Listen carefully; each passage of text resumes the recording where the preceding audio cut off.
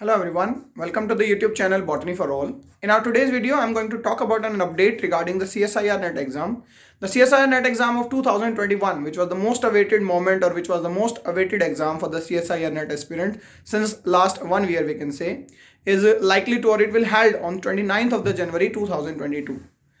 This information is official and you can check the official information on the Twitter handle of the CSIR NET.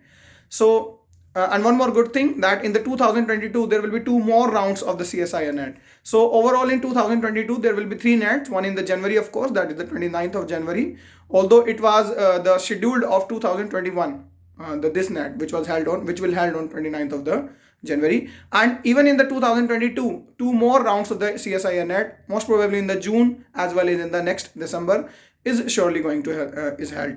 So this is a good thing, especially for the students which are in their final year or even which are in their first year post graduation. The students who have just admitted in the M.Sc as well as who have already admitted previous year, they are going to get 3 chances in a year. So it's a good opportunity for those students which are they are currently studying in their M.Sc or they have passed out their M.Sc.